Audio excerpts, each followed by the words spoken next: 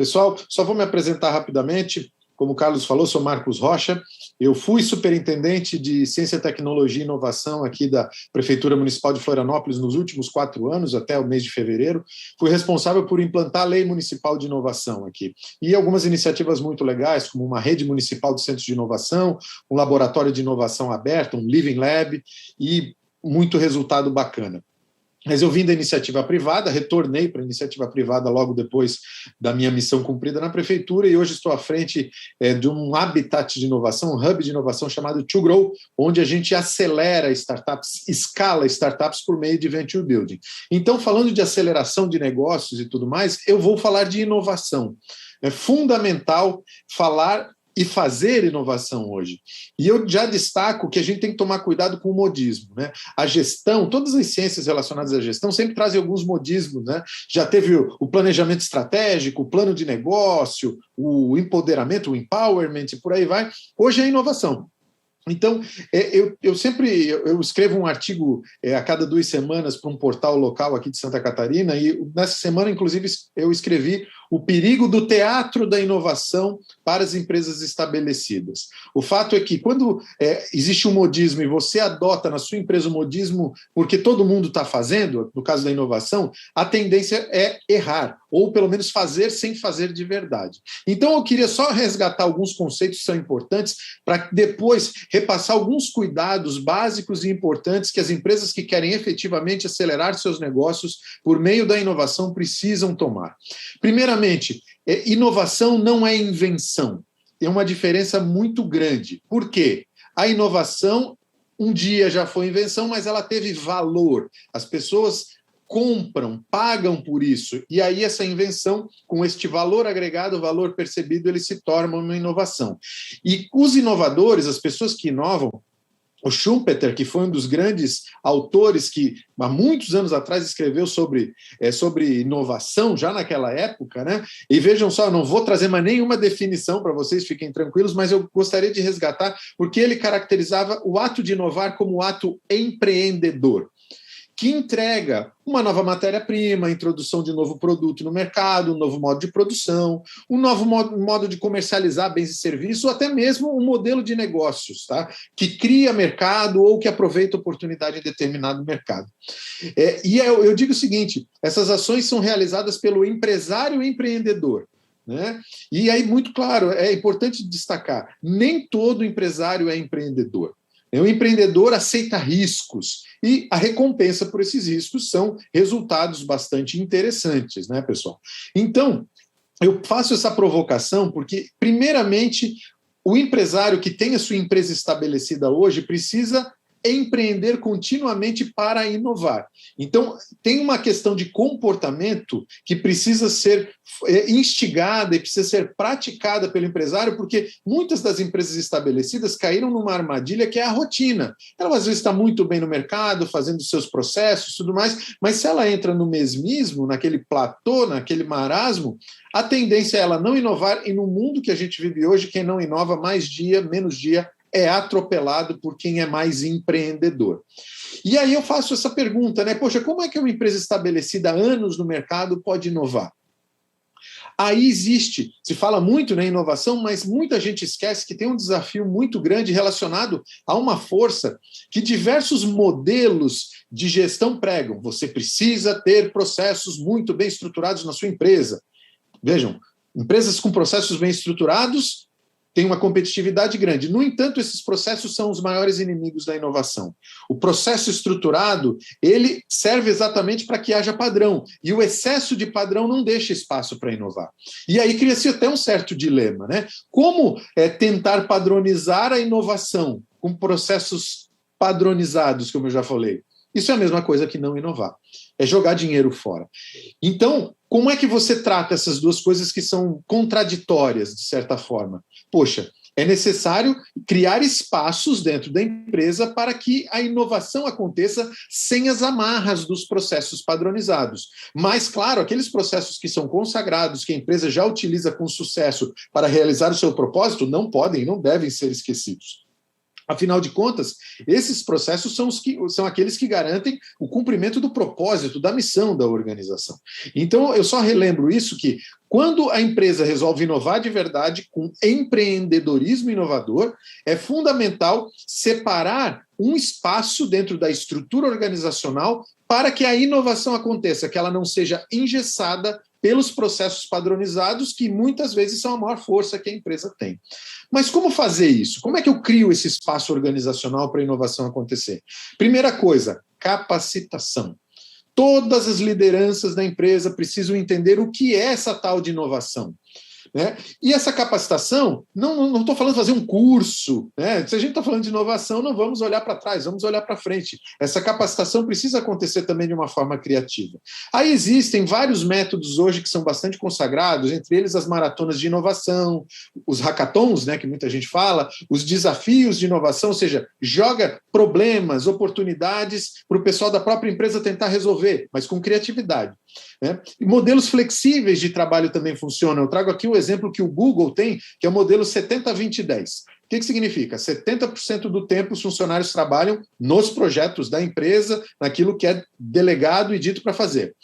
20% do tempo os funcionários podem trabalhar nos seus projetos pessoais dentro da empresa para inovar. E 10% eles fazem o que eles quiserem, estudar, relaxar e tudo mais. Claro que, dependendo da cultura da organização, aqueles 10% não cabem, mas reservar tempo para inovar é fundamental. Senão acontece o que o velho Peter Drucker já falava, né? A inovação, eles falam o seguinte, a estratégia, ele falava, a estratégia é comida pela rotina no café da manhã. Né? E, nesse caso, se não cuidar, a inovação vai ser comida pela rotina no café da manhã. Então, tem que separar. A alta direção da empresa já tem que dizer, olha, inovação é de verdade aqui, não é só para bonito, não é só pelo modismo. Tá? Então, principalmente, a diretoria precisa entender e praticar isso, porque é a inovação que vai garantir o futuro da empresa. E tem que começar hoje. E aí, com isso, se muda a cultura. Como eu falei, os processos são importantes, mas tem que ter esse espaço para testar mudança, inclusive nos próprios processos. Né? Nada é tão bom que seja o imutável nas organizações. Então, sempre tem que testar a modernização, formas diferentes de fazer as coisas dentro da empresa para que sejam mais eficientes, ou seja, consumindo menos recursos, sendo mais rápidos, ou mais eficazes, com melhor qualidade. E isso... Além disso, você abraça os riscos da inovação, porque vai ter erro. A inovação pressupõe que nem sempre a gente vai acertar, mas a empresa tem que recompensar o acerto e não punir o erro. Tem que aprender com o erro. E isso vai criando uma cultura que abraça a inovação, não pune. Que se você começa a punir cada erro quando uma pessoa lá dentro da organização tentou fazer uma melhoria, simplesmente mata a inovação antes que ela comece. A outra coisa, como eu falei, é colocar a inovação no centro das estratégias da organização. E uma dessas estratégias hoje, que é muito praticado, chama-se inovação aberta. A empresa se abre e começa a se conectar com diferentes atores daquilo que a gente chama ecossistema de inovação. O ecossistema de inovação é esse grupo de atores que atua em determinada localidade com foco para promover uma inovação sistemática, para todo mundo inovar, porque toda a sociedade ganha. Quais são os principais atores? A gente hoje usa o modelo da quádrupla hélice. A gente está falando das empresas e das associações empresariais, estamos falando da academia, universidades, escolas técnicas e tudo mais, estamos falando da iniciativa pública, prefeitura e demais órgãos, e estamos falando da sociedade como um todo, que tanto ajuda a criar a inovação quanto vai consumir essa inovação. O que mais que a empresa precisa fazer? Participar desses ecossistemas de inovação, ter orçamento e pessoas com tempo dedicadas à inovação.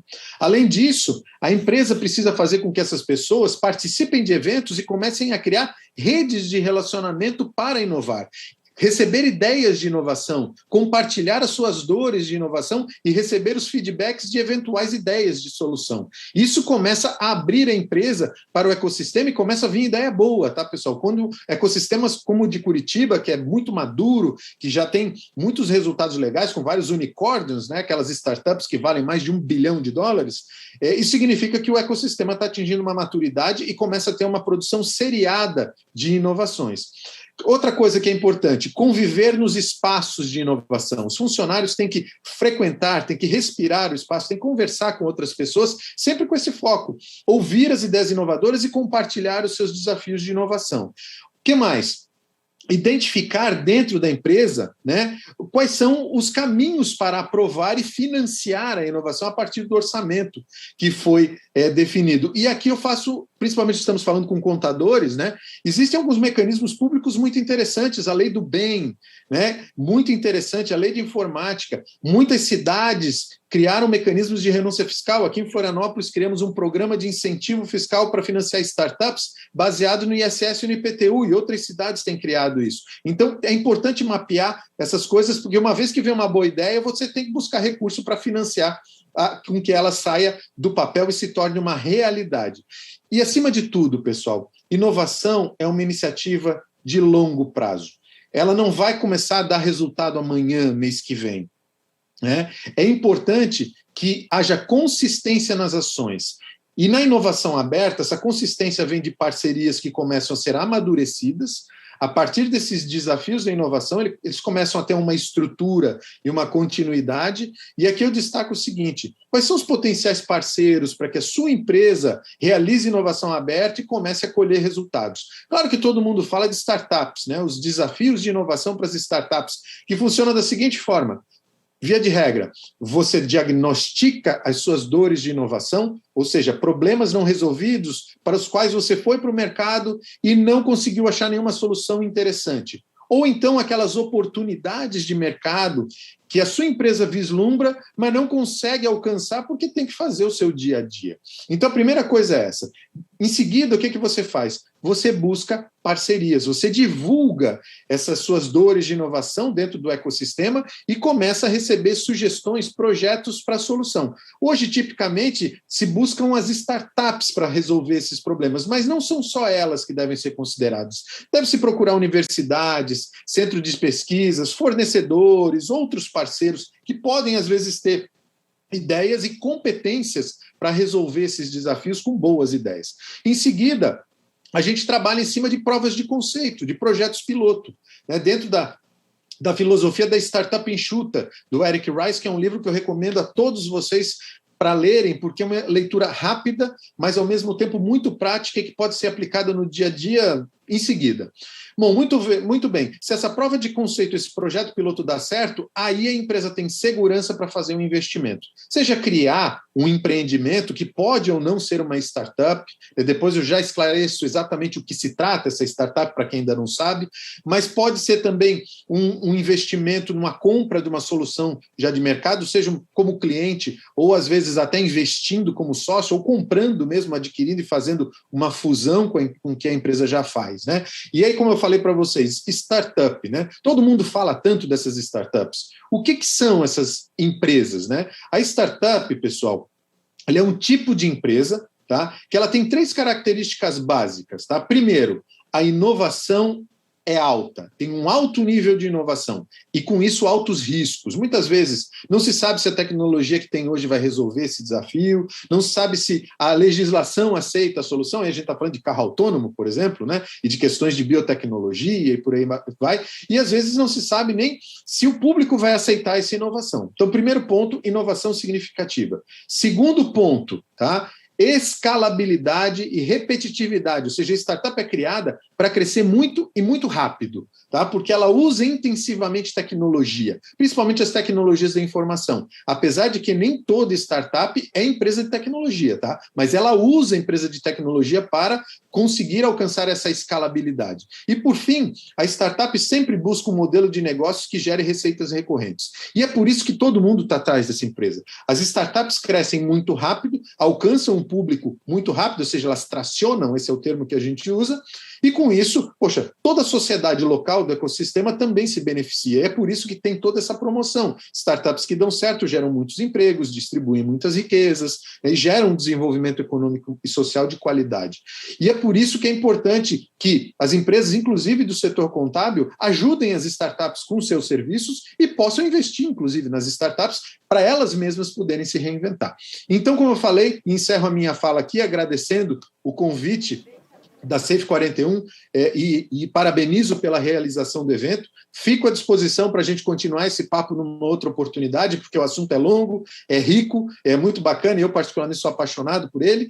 E se vierem para Florianópolis, vamos recebê-los de braços abertos. Muito obrigado, parabéns, uma boa noite e um excelente evento.